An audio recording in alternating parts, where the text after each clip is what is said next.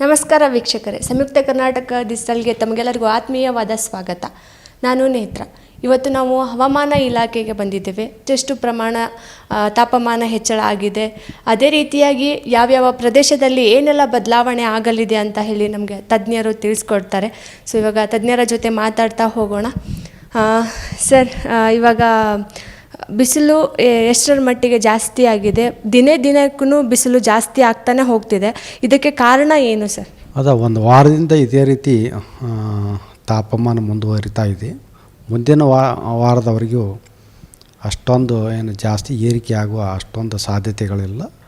ಆದರೆ ಉತ್ತರ ಒಳನಾಡಿನ ಜಿಲ್ಲೆಗಳಲ್ಲಿ ಕಲಬುರಗಿಯಲ್ಲಿ ಮುಂದಿನ ಒಂದು ವಾರದವರೆಗೆ ಗರಿಷ್ಠ ಉಷ್ಣಾಂಶ 42ರಿಂದ 44 ಡಿಗ್ರಿ ಸೆಲ್ಸಿಯಸ್ಸು, ಕನಿಷ್ಠ ಉಷ್ಣಾಂಶ ರಾತ್ರಿ ವೇಳೆಯಲ್ಲಿ 26ರಿಂದ 28 ಡಿಗ್ರಿ ಸೆಲ್ಸಿಯಸ್ ಹೋಗುವ ಸಾಧ್ಯತೆಗಳದಾವು. ಮತ್ತು ಬೀದರು, ಯಾದಗಿರಿ, ರಾಯಚೂರು, ವಿಜಯಪುರ, ಬಾಗಲಕೋಟೆ, ಕೊಪ್ಪಳ, ಗದಗ, ವಿಜಯನಗರ, ಬಳ್ಳಾರಿ ಈ ಜಿಲ್ಲೆಗಳಲ್ಲಿ ಗರಿಷ್ಠ ಉಷ್ಣಾಂಶ 40ರಿಂದ 42 ಡಿಗ್ರಿ ಸೆಲ್ಸಿಯಸ್ಸು, ಕನಿಷ್ಠ ಉಷ್ಣಾಂಶ 25ರಿಂದ 27 ಡಿಗ್ರಿ ಸೆಲ್ಸಿಯಸ್ ಇರುವ ಸಾಧ್ಯತೆಗಳದಾವು. ಮತ್ತು ಬೆಳಗಾವಿ, ಧಾರವಾಡ, ಹಾವೇರಿ ಜಿಲ್ಲೆಗಳಲ್ಲಿ ಮುಂದಿನ ಒಂದು ವಾರದವರೆಗೆ ಗರಿಷ್ಠ ಉಷ್ಣಾಂಶ ಸುಮಾರು 36ರಿಂದ 38 ಡಿಗ್ರಿ ಸೆಲ್ಸಿಯಸ್ಸು, ಕನಿಷ್ಠ ಉಷ್ಣಾಂಶ 24ರಿಂದ 26 ಡಿಗ್ರಿ ಸೆಲ್ಸಿಯಸ್ ಇರುವ ಹೆಚ್ಚಿನ ಸಾಧ್ಯತೆಗಳದಾವು. ಕರಾವಳಿ ಜಿಲ್ಲೆಗಳಲ್ಲಿ ಗರಿಷ್ಠ ಉಷ್ಣಾಂಶ 35-36 ಡಿಗ್ರಿ ಸೆಲ್ಸಿಯಸ್ಸು, ಕನಿಷ್ಠ ಉಷ್ಣಾಂಶ 25ರಿಂದ 27 ಡಿಗ್ರಿ ಸೆಲ್ಸಿಯಸ್ ಇರುವ ಹೆಚ್ಚಿನ ಸಾಧ್ಯತೆಗಳದಾವು. ಮತ್ತು ಕರ್ನಾಟಕದ ದಕ್ಷಿಣ ಒಳನಾಡಿನ ಜಿಲ್ಲೆಗಳಲ್ಲಿ ಗರಿಷ್ಠ ಉಷ್ಣಾಂಶ ಸುಮಾರು 35ರಿಂದ 37 ಡಿಗ್ರಿ ಸೆಲ್ಸಿಯಸ್ಸು, ಕನಿಷ್ಠ ಉಷ್ಣಾಂಶ 24ರಿಂದ 26 ಡಿಗ್ರಿ ಸೆಲ್ಸಿಯಸ್ ಇರುವ ಹೆಚ್ಚಿನ ಸಾಧ್ಯತೆಗಳದಾವು. ಕರ್ನಾಟಕದ ಒಳನಾಡಿನಲ್ಲಿ ಟ್ರಫ್ ಅಥವಾ ವಿಂಡ್ ಡಿಸ್ಕಂಟಿನ್ಯೂಟಿ ಇರುವುದರಿಂದ, ಅಂದರೆ ಕನ್ವರ್ಜೆನ್ಸ್ ಝೋನ್ ಇರುವುದರಿಂದ ಮುಂದಿನ ಒಂದು ವಾರದವರೆಗೆ ಹಗುರವಾಗಿ ಕೆಲವು ಕಡೆ 25%ಕ್ಕಿಂತ ಕಡಿಮೆ ಪ್ರದೇಶದಲ್ಲಿ ಗುಡುಗು ಮಿಂಚು ಸಮೇತವಾಗಿ ಕೆಲವು ಕಡೆ ಮಾತ್ರ ಮಳೆಯಾಗುವ ಸಾಧ್ಯತೆಗಳದಾವು. ಎಲ್ಲ ಕಡೆ ಮಳೆಯಾಗಲ್ಲ. ಮತ್ತು ಮಳೆಯ ಅವಧಿ ಒಂದು ಅರ್ಧ ಗಂಟೆಯಿಂದ 1 ಗಂಟೆ. ಮತ್ತು ಅತಿ ಹಗುರ ಮಳೆ, ಒಂದು ಕಡೆ ಮಳೆಯಾದರೆ ಇನ್ನೊಂದು ಕಡೆ ಮಳೆ ಆಗಲ್ಲ. ಇದು ಸ್ವಲ್ಪ ಈ ಬೇಸಿಗೆಯಲ್ಲಿ ಸ್ವಲ್ಪ ತಂಪು ಕೊಡ್ತೈತಿ ಮತ್ತು ರಿಲೀಫ್ ಕೊಡ್ತೈತಿ ಅಷ್ಟೇ. ಆದ್ರೆ ಮತ್ತು ಮುಂದಿನ ದಿವಸ ಮತ್ತೆ ಈ ಉಷ್ಣತೆ ಮತ್ತು ಮುಂದುವರಿತೈತಿ. ಇನ್ನೂ ಒಂದು ವಾರದವರೆಗೆ ಇದೇ ರೀತಿ ಈ ಒಂದು ಉಷ್ಣತೆ ಏರಿಕೆ ಆಗಲಿಕ್ಕೆ ಮುಖ್ಯ ಕಾರಣ ಅಂದ್ರೆ ಮಹಾರಾಷ್ಟ್ರ ಮತ್ತು ಸೆಂಟ್ರಲ್ ಇಂಡಿಯಾದಲ್ಲಿ ಸ್ಟ್ರಾಂಗ್ ಆ್ಯಂಟಿ ಸರ್ಕ್ಯುಲೇಷನ್ 2.1 ಕಿಲೋಮೀಟರ್ಗಿಂತ ಹೆಚ್ಚಿನ ಮಟ್ಟದಲ್ಲಿದೆ. ಅದು ಯಾವುದೇ ಮೋಡಗಳನ್ನು ಬೆಳೀಲಿಕ್ಕೆ ಆಸ್ಪದ ಕೊಡೋಲ್ಲ. ಇದರಿಂದ ಮುಂದಿನ ಒಂದು ವಾರದವರೆಗೆ ಬಿಸಿಲಿನ ಪ್ರಖರತೆ ಜಾಸ್ತಿ ಇರ್ತೈತಿ.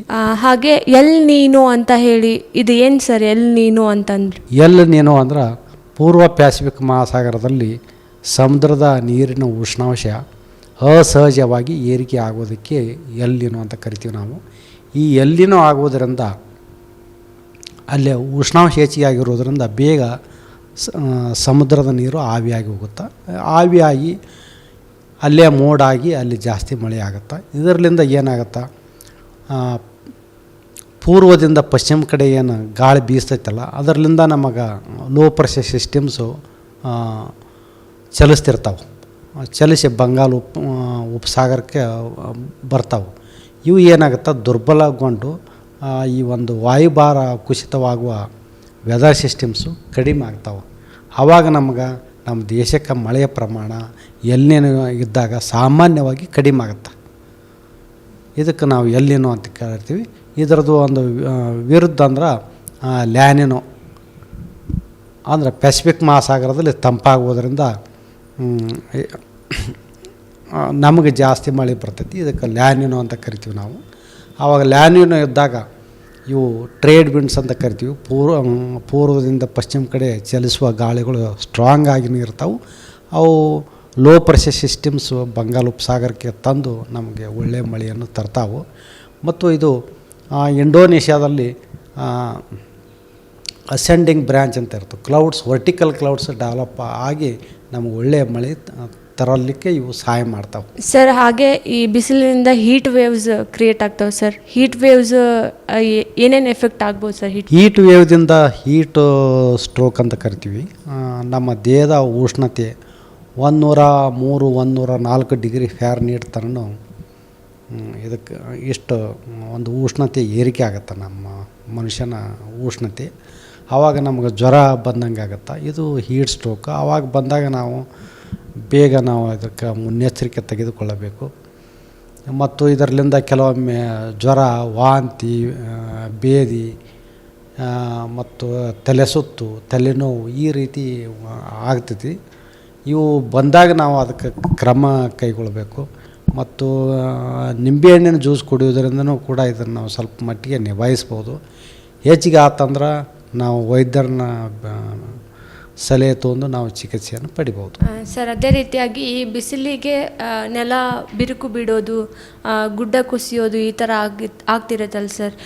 ಭೂಕಂಪಗಳು ಯಾವ್ಯಾವ ಪ್ರದೇಶದಲ್ಲಿ ಆಗೋ ಚಾನ್ಸಸ್ ಇದೆ ಅಥವಾ ಹೇಗೆ? ಬಿಸಿಲಿನಿಂದ ಏನು ಭೂಕಂಪಕ್ಕೆ ಇದೇನು ಅಷ್ಟೊಂದು ಇದೆಯಲ್ಲ, ಆದ್ರೆ ಬಿಸಿಲಿನಿಂದ ಹೊಲದಲ್ಲೆಲ್ಲ ಬಿರುಕು ಬೀಳ್ತಾವೆ. ಅಂದ್ರೆ ತೇವಾಂಶ ಕಡಿಮೆ ಇರ್ತೈತಲ್ಲ, ಅದು ಒಂದು ಗ್ಯಾಪ್ ಉಳಿತೈತಿ. ಅದು ಒಂದಕ್ಕೊಂದು ಸಾಲಿಡಿಫೈ ಆಗಿ ಸ್ವಲ್ಪ ಸ್ಪೇಸಿಂಗ್ ಉಳಿತೈತಿ. ನೀರು ಆವಿಯಾಗಿ ಓದದ್ದು ಒಂದು ಸ್ಪೇಸ್ ಉಳಿತೈತಲ್ಲ, ಅದೇ ಬೆರಕಿನ ಥರ ಕಾಣುತ್ತೆ ಸರ್. ಮತ್ತು ಈ ಬಿಸಿಲಿನಿಂದ ಬೆಳೆಗಳಿಗೆ ಏನಾದರೂ ಹಾನಿ ಉಂಟಾಗೋದು? ಬಿಸಿಲಿನಿಂದ ಬೆಳೆಗಳಿಗೆ ಹಾನಿ ಉಂಟಾಗತ್ತೆ. ಯಾಕಂದ್ರೆ ಮಣ್ಣಿನ ಇದು ತೇವಾಂಶ ಕಡಿಮೆ ಆಗುತ್ತೆ, ಬೇಗ ಆವಿ ಆಗುತ್ತೆ. ಹಿಂಗಾಗಿ ಕೆಲವೊಮ್ಮೆ ಮಳೆ ಆಧಾರಿತ ಪ್ರದೇಶದಲ್ಲಿ ಏನಾರು ಬೆಳೆ ಹಾಕಿದ್ರಂದ್ರೆ ಸ್ವಲ್ಪ ತೊಂದರೆ ಆಗುತ್ತೆ. ಅಂಥವ್ರು ಕೆಲವೊಮ್ಮೆ ನೀರು ಹಾಯಿಸಿ ಅದನ್ನು ರಕ್ಷಿಸಿಕೊಳ್ಬೇಕು. ಸರ್, ಈ ಬಿಸಿಲಿನಿಂದ ಅಂದರೆ ತಮ್ಮ ದೇಹವನ್ನು ತಂಪಾಗಿರಿಸ್ಕೊಳ್ಳೋಕ್ಕೆ ಯಾವ ರೀತಿಯಾದ ಬಟ್ಟೆಗಳನ್ನು ಹಾಕೋಬೇಕು? ಹಾಗೆ ಯಾವ ಕಲರಿನ ಬಟ್ಟೆ ಹಾಕೋಬೇಕು ಸರ್? ಲೈಟ್ ಕಲರ್, ತಿಳಿ ಬಣ್ಣದ ಹಾಕಬೇಕು. ವೈಟ್ ಕಲರು, ಹತ್ತಿ ಬಟ್ಟೆ ಸ್ವಲ್ಪ ಸಡಿಲಾಗಿರಬೇಕು. ಇಂಥ ಬಟ್ಟೆ ಧರಿಸುವುದರಿಂದ ನಮ್ಮ ದೇಹದಿಂದ ಬೇಗ ಆವಿ ಆಗಲಿಕ್ಕೆ ಮತ್ತು ಗಾಳಿ ಆಡಲಿಕ್ಕೆ ಅನುಕೂಲ ಆಗುತ್ತೆ. ಇದರಿಂದ ಅಷ್ಟೊಂದು ನಮಗೆ ಶೆಕೆ ಆಗಲ್ಲ ಮತ್ತು ಆರೋಗ್ಯಕ್ಕೂ ಇದು ಒಂದು ಒಳ್ಳೆಯದು. ತಂಪು ಪಾನೀಯಗಳು ಅಂದ್ರೆ ಈ ಥರ ಕೂಲ್ ಡ್ರಿಂಕ್ಸ್ ಬರುತ್ತಲ್ಲ ಸರ್, ಅಂಥವನ್ನ ಸೇವಿಸ್ಬೇಕಾ ಅಥವಾ ಮನೆಯಲ್ಲೇ ಮಾಡಿಕೊಂಡು ಕುಡಿಯೋಂಥ ನ್ಯಾಚುರಲ್ ಜ್ಯೂಸ್ಗಳನ್ನ ಕುಡಿಯೋದು ಒಳ್ಳೆಯದಾ ಸರ್? ಇವು ತಂಪು ಪಾನೀಯಗಳು ಹೊರಗಡೆಯಿಂದ ತರುವುದರಿಂದ ಅಲ್ಲಿ ಎಷ್ಟೋ ಪ್ರಿಸರ್ವೇಟಿವ್ಸು ಅಥವಾ ಶುಗರ್ ಜಾಸ್ತಿನೂ ಹಾಕಿರ್ತಾರೆ. ಕೆಲವೊಂದರಲ್ಲಿ ಅತಿ ಸಾಲ್ಟ್ ಇರ್ತೈತಿ ಮತ್ತು ಭಾಳ ದಿವಸದಿಂದ ಇಟ್ಟಿರ್ತಾರೆ ಮತ್ತು ಕಾರ್ಬೋನೇಟೆಡ್ ಇರ್ಬೋದು. ಇದು ನಮ್ಮ ಆರೋಗ್ಯಕ್ಕೆ ಉತ್ತಮ ಅಲ್ಲ, ಇದನ್ನು ಕುಡಿಲೇಬಾರ್ದು. ಆದರೆ ಮನೆಯಲ್ಲಿ ತಯಾರಿಸಿದ ಮಜ್ಜಿಗೆ, ನಿಂಬೆ ಹಣ್ಣಿನ ಜ್ಯೂಸು ಮತ್ತು ಎಳನೀರು ಇಂಥ ಒಂದು ಪಾನೀಯಗಳನ್ನು ಕುಡಿಯೋದ್ರಿಂದ ನಮ್ಮ ದೇಹಕ್ಕೆ ಮತ್ತು ಆರೋಗ್ಯಕ್ಕೆ ಒಳ್ಳೆಯದು. ಈ ಬಿಸಿಲಿನಿಂದ ಮಕ್ಕಳು ಮತ್ತು ವೃದ್ಧರು ತಮ್ಮನ್ನು ಹೆಂಗೆ ರಕ್ಷಣೆ ಮಾಡ್ಕೋಬೋದು ಸರ್? ಮಕ್ಕಳನ್ನ ಮಧ್ಯಾಹ್ನ ಹೊತ್ತಿನಲ್ಲಿ ಆಟವಾಡಲು ಬಿಡಬಾರ್ದು. ಮಧ್ಯಾಹ್ನ 12ರಿಂದ 3 ಗಂಟೆದವರೆಗೆ. ಮತ್ತು ಮಕ್ಕಳಿಗೆ ನೀರನ್ನು ಆಗಾಗ ಕೊಡ್ತಾ ಇರಬೇಕು. ಮಕ್ಕಳಿಗೂ ಕೂಡ ತೆಳ್ಳನ ಬಟ್ಟೆ ಹಾಕೋದು ಕೂಡ ಒಳ್ಳೆಯದು. ಮತ್ತು ಸಾಯಂಕಾಲ ಮತ್ತು ಮುಂಜಾನೆ 2 ಹೊತ್ತು ಸ್ನಾನ ಮಾಡಿದ್ರೂ ಇದು ಒಳ್ಳೆಯದು. ಇದು ವೃದ್ಧರಿಗೆ ಇದೇ ರೀತಿ ಮಾಡ್ಬೋದು ಅಷ್ಟೆ. ಹಾಗೆ ಸರ್, ಇವಾಗ ನಾವೆಲ್ಲ ಆಫೀಸಲ್ಲಿ AC ಮತ್ತು ಫ್ಯಾನ್ ಇಂಥದ್ದೆಲ್ಲ ಹಾಕ್ಕೊಂಡು ಸೆಕೆಯಿಂದ ರಕ್ಷಣೆ ಮಾಡ್ಕೋತೀವಿ ಸರ್. ಬಟ್ ಅದೇ ಹೊಲದಲ್ಲಿ ಕೆಲಸ ಮಾಡೋರು, ರೈತರು ತಮ್ಮ ಈ ಬಿಸಿಲಿನಿಂದ ತಮ್ಮ ಆರೋಗ್ಯವನ್ನು ಮತ್ತು ಆಹಾರ ರೀತಿಯನ್ನು ಹೇಗೆ ಕಾಪಾಡ್ಕೋಬೇಕು? ರೈತರು ಸಾಧ್ಯ ಆದ ಮಟ್ಟಿಗೆ 11ರಿಂದ 4 ಗಂಟೆ ತನಕ ಕೆಲಸ ಮಾಡೋದನ್ನು ಹೊರಗಡೆ ನಿಲ್ಲಿಸೋದು ಒಳ್ಳೆಯದು. ಭಾಳ ಎಮರ್ಜೆನ್ಸಿ ಇದ್ರೆ ಮಾಡ್ಬೋದು. ಅದ್ರ ಬದಲಿ ಮುಂಜಾನೆ ಮತ್ತು ಸಾಯಂಕಾಲ ಮಾಡಬೇಕು. ಮತ್ತು ರೈತರು ಆಗಾಗ ನೀರು ಕುಡಿತಾನೆ ಇರಬೇಕು. ಭಾಳ ಹೊತ್ತು ನೀರಿಡಿಸ್ಕೊಂಡಿರಬಾರ್ದು. ಮತ್ತು ಆಗಾಗ ಸ್ವಲ್ಪ ಹೊತ್ತು ಅತೀ ದಣಿವು ಮಾಡ್ಕೊಂಡು ಕೆಲಸನೂ ಮಾಡಬಾರ್ದು. ದಣಿವಾದಾಗ ಸ್ವಲ್ಪ ವಿಶ್ರಾಂತಿ ತೊಗೊಂಡು ಕೆಲಸ ಮಾಡ್ಕೋಬೇಕು. ಮತ್ತು ಕೃಷಿಕರು ಸರಳ ಆಹಾರವನ್ನು ತೆಗೆದುಕೊಳ್ಳಬೇಕು. ಬೇಗ ಜೀರ್ಣ ಆಗಬೇಕು. ಮತ್ತು ಅತಿ ಮಸಾಲೆ ಮತ್ತು ಎಣ್ಣೆ ಪದಾರ್ಥವನ್ನು ಜಾಸ್ತಿ ತಿನ್ನಬಾರ್ದು. ಇದು ಜೀರ್ಣಕ್ರಿಯೆ ಏನೂ ಆಗಲ್ಲ. ಇದು ಒಂದು ಸ್ವಲ್ಪ ಅನ್ಕಂಫರ್ಟೇಬಲ್ ಅನಿಸುತ್ತೆ. ಕೆಲವೊಮ್ಮೆ ಆರೋಗ್ಯದಲ್ಲಿ ವ್ಯತ್ಯಾಸನೂ ಆಗ್ಬೋದು ಇದರಿಂದ. ಹಾಗೆ ಸರ್, ಇವಾಗ ಈ ಬಿಸಿಲು ದೇಹಕ್ಕೆ, ನಮಗೆ ದೇಹದ ಕಾಂತಿಗೆ ಸೂಕ್ತವಲ್ಲ ಸರ್? ಸ್ವಲ್ಪ ಮಟ್ಟಿಗೆ ಎಳೆ ಬಿಸಿಲು ಓಕೆ, ಆದರೆ ಈ ಮಧ್ಯಾಹ್ನದ ಹೊತ್ತಿನ ಬಿಸಿಲು ಅದು ಒಳ್ಳೆಯದಲ್ಲ. ಅದು 11 ಗಂಟೆಯಿಂದ ಒಂದು 3-4 ಗಂಟೆ ತನಕ ಬಿಸಿಲು ಅಷ್ಟು ಒಳ್ಳೆಯದಲ್ಲ. ಮುಂಜಾನೆ ಸಾಯಂಕಾಲ ಅಷ್ಟೊಂದೇನು ಸಮಸ್ಯೆ ಆಗಲ್ಲ. ಹಾಗೆ ಸರ್, ಇವಾಗ ಪ್ರವಾಸಿಗರು ತಾವು ಒಂದೊಂದು ನೆಚ್ಚಿನ ಪ್ಲೇಸಿಗೆ ಹೋಗ್ಬೇಕಂತ ಇಷ್ಟಪಡ್ತಾರೆ.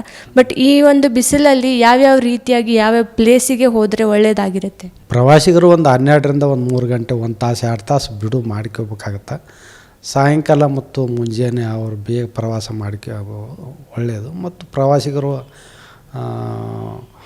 ಒಂದು ಸಮತೋಲನ ಆಹಾರ ಮತ್ತು ನೀರನ್ನು ಕುಡಿತಾ ಇರಬೇಕು. ಮತ್ತು ಉತ್ತರ ಒಳನಾಡಿನ ಜಿಲ್ಲೆಗಳಲ್ಲಿ ಬಿಸಿಲು ಇನ್ನೂ ಮೇ 31 ತನಕ ಬಿಸಿಲಿದ್ದೇ ಇರ್ತೈತಿ. ಪ್ರವಾಸಿಗರು ನೋಡಿ ಅಡ್ಡಾಡ್ಬೋದು ಅವರವರ ಅಂತ ಅನುಕೂಲಕ್ಕೆ ತಕ್ಕಂತೆ. ಪ್ರವಾಸಿಗರು ಅಂದ ತಕ್ಷಣ ಅವರು ಬೀಚನ್ನ ಭಾಳ ಇಷ್ಟಪಡ್ತಾರೆ ಸರ್. ಈ ಒಂದು ಬೇಸಿಗೆಯಲ್ಲಿ ಬೀಚ್ ಕಡೆ ಹೋಗಬೇಕು ಅಂತ ಹೇಳಿ, ಆ ಸಮುದ್ರದ ಉಪ್ಪಿನ ನೀರು ಮೈಗೆ ಒಳ್ಳೆಯದಾ ಅಥವಾ ಅದರಿಂದ ಏನಾದರೂ ಪ್ರಾಬ್ಲಮ್ ಆಗ್ಬೋದು. ಆದ್ರೆ ಈ ಹೊತ್ತಿನಲ್ಲಿ, ಈ ಏಪ್ರಿಲ್ ಮೇ ತಿಂಗಳಲ್ಲಿ ಜಾಸ್ತಿ ಬಿಸಿಲಿರುವುದರಿಂದ ಬೇಗ ಆವಿ ಆಗುತ್ತೆ. ಈ ಆವಿ ಏನು ವಾತಾವರಣದಲ್ಲಿ ಇರ್ತೈತಲ್ಲ, ಇದು ಏನು ಮಾಡ್ತಂದ್ರೆ ನಮ್ಮ ದೇಹದಿಂದ ಮತ್ತಷ್ಟು ಆವಿ ಆಗಲಿಕ್ಕೆ ಇದು ಆಸ್ಪದ ಕೊಡೋದಿಲ್ಲ, ಅಂದ್ರೆ ಕೂಲಿಂಗ್ ಆಗಲ್ಲ. ಹಿಂಗಾಗಿ ನಮಗೆ ಭಾರಿ ಅನ್ಕಂಫರ್ಟೇಬಲ್ ಆಗುತ್ತೆ. ಇದು ಎಸ್ಪೆಷಲಿ 11 ಗಂಟೆಯಿಂದ 4 ಗಂಟೆ ತನಕ ಕರಾವಳಿ ಜಿಲ್ಲೆಗಳಲ್ಲಿ ಭಾಳ ಅನ್ಕಂಫರ್ಟೇಬಲ್ ಆಗುತ್ತೆ. ಈ ಟೈಮು ಅವಾಯ್ಡ್ ಮಾಡೋದು ಭಾಳ ಒಳ್ಳೆಯದು. ಈ ಬಿಸಿಲು ಕೇವಲ ಕಲಬುರಗಿಯಲ್ಲಿ ಮಾತ್ರ ಜಾಸ್ತಿ ಇರ್ತೈತೆ ಅಂತ ನಮಗೆ ಗೊತ್ತಿರಂಗೆ ಸರ್. ಬಟ್ ಇದು ಕಲಬುರಗಿಯಲ್ಲಿ ಮಾತ್ರ ಅಲ್ಲ ಸರ್, ಎಲ್ಲ ಕಡೆನೂ ದಿನದಿಂದ ದಿನಕ್ಕೆ ಜಾಸ್ತಿನೇ ಹಾಕ್ಕೊಂತ ಹೊಂಟೈತಿ. ಸೊ ಇದಕ್ಕೊಂದು ಸೂಕ್ತವಾದ ಕಾರಣ ಆಗಿರ್ಬೋದು ಸರ್? ಇದು ಕಲಬುರಗಿಯಲ್ಲಿ ಅತಿ ಜಾಸ್ತಿ ಐತಿ. ಆದರೆ ಕರಾವಳಿ ಜಿಲ್ಲೆಗಳಲ್ಲಿ ಅಲ್ಲಿ ಹ್ಯೂಮಿಡಿಟಿ ಮತ್ತು ಟೆಂಪರೇಚರ್ ಇರೋದರಿಂದ ಅಲ್ಲಿ ಒಂದು ಪರಿಣಾಮ ಇದಕ್ಕಿಂತ ಹೆಚ್ಚಿಗೆ ಇರ್ತೈತಿ. ನಾವು ಬರೀ ತಾಪಮಾನ ನೋಡಿ ಇಲ್ಲಿ ಅತಿ ಹೆಚ್ಚೈತಿ ಇಲ್ಲಿ ಕಡಿಮೆ ಐತೆ ಅಂತ ನಾವು ಹೇಳೋಕ್ಕಾಗಲ್ಲ. ಕರಾವಳಿ ಜಿಲ್ಲೆಗಳಲ್ಲಿ 36-37 ಇದ್ರೆ ಕಲಬುರಗಿಯಲ್ಲಿ ಬರೀ 42 ಡಿಗ್ರಿ ಇರ್ತೈತಿ. ಕಲಬುರಗಿಯಲ್ಲಿ ಅತಿ ಬಿಸಿಲು, ಮಂಗಳೂರಿನಲ್ಲಿ ಕಡಿಮೆ ಅಂತ ಹೇಳೋಕ್ಕಾಗಲ್ಲ. ಅಲ್ಲಿ ಹ್ಯೂಮಿಡಿಟಿ ಜಾಸ್ತಿ ಇರೋದರಿಂದ ಅದರದ್ದೊಂದು ಪರಿಣಾಮ ಭಾಳ ಜಾಸ್ತಿ ಇರ್ತೈತಿ ಕರಾವಳಿ ಜಿಲ್ಲೆಗಳಲ್ಲಿ. ಸರ್, ಅದೇ ರೀತಿಯಾಗಿ ಈಗ ಉತ್ತರ ಕರ್ನಾಟಕ ಅಂತ ಬಂದರೆ ಅಲ್ಲಿ ಯಾವ ರೀತಿಯಾಗಿ ಬಿಸಿಲಿನ ಪ್ರಮಾಣ ಹೆಚ್ಚಳವಾಗಿದೆ, ಹಾಗೆ ಅಲ್ಲಿ ಯಾವ್ಯಾವ ರೀತಿಯಾಗಿ ಮುಂಜಾಗ್ರತೆ ಕ್ರಮಗಳನ್ನ ತೆಗೆದುಕೊಳ್ಳಿ? ಕಲಬುರಗಿಯಲ್ಲಿ ಇವತ್ತು 43 ಡಿಗ್ರಿ ಸೆಲ್ಸಿಯಸ್ ದಾಖಲಾಗಿದೆ. ಮುಂದಿನ ಒಂದು ವಾರದವರೆಗೆ ಕಲಬುರಗಿಯಲ್ಲಿ 42ರಿಂದ 44 ಡಿಗ್ರಿ ಸೆಲ್ಸಿಯಸ್ ಹೋಗುವ ಸಾಧ್ಯತೆಗಳದಾವು. ಇವೆಲ್ಲ ಬೀದರು, ಯಾದಗಿರಿ, ರಾಯಚೂರು, ವಿಜಯಪುರ, ಬಾಗಲಕೋಟೆ, ಕೊಪ್ಪಳ, ಗದಗ, ವಿಜಯನಗರ, ಬಳ್ಳಾರಿ ಈ ಜಿಲ್ಲೆಗಳಲ್ಲಿ ಉಷ್ಣಾಂಶ ಮುಂದಿನ ದಿನಗಳಲ್ಲಿ 40ರಿಂದ 42 ಡಿಗ್ರಿ ಸೆಲ್ಸಿಯಸ್ ಹೋಗುವ ಸಾಧ್ಯತೆಗಳದಾವು. ಈ ಒಂದು ಹಾಟ್ ಬೆಲ್ಟ್, ಇದು ಅತಿ ಉಷ್ಣತೆ ಜಾಸ್ತಿ ಇರುವಂಥ ಜಿಲ್ಲೆಗಳು. ಇಲ್ಲಿ ಜನರು ಭಾಳ ಸರಿಯಾಗಿ ಮುಂಜಾಗ್ರತೆಗಳನ್ನು ತೆಗೆದುಕೊಳ್ಳಬೇಕು. ನೀರು ಕುಡಿಯೋದಾಗಲಿ ಮತ್ತು ಉತ್ತಮವಾದ ಆಹಾರವನ್ನು ಸೇವಿಸುವುದು ಮತ್ತು ಮನೆಯಲ್ಲಿ ತಯಾರಿಸಿದ ತಾಜಾ ಪಾನೀಯಗಳನ್ನು ಮತ್ತು ಕಾಯಿಪಲ್ಯಗಳನ್ನು ಮತ್ತು ಹಣ್ಣುಗಳನ್ನು ಸೇವಿಸುವುದರಿಂದ ಇದನ್ನು ನಿಭಾಯಿಸಬಹುದು. ವಾಹನ ಚಾಲಕರು ಯಾವ ರೀತಿಯಾಗಿ ಕ್ರಮಗಳನ್ನ ಕೈಗೊಳ್ಬೇಕು ಸರ್? ಅಂದರೆ ಏನೆಲ್ಲ ಪ್ರಾಬ್ಲಮ್ ಆಗ್ಬೋದು ವಾಹನ ಚಾಲಕರಿಗೆ? ಭಾಳ ಹೊತ್ತು ಓಡಿಸಿದ್ರೆ ಒಮ್ಮೊಮ್ಮೆ ಟೈರ್ ಬರ್ಸ್ಟು ಆಗ್ಬೋದು. ಈ ಹೀಟಿಗೆ ಸಾಧ್ಯದ ಮಟ್ಟಿಗೆ ವಾಹನ ಚಾಲಕರು 12ರಿಂದ 3 ಗಂಟೆ ತನಕ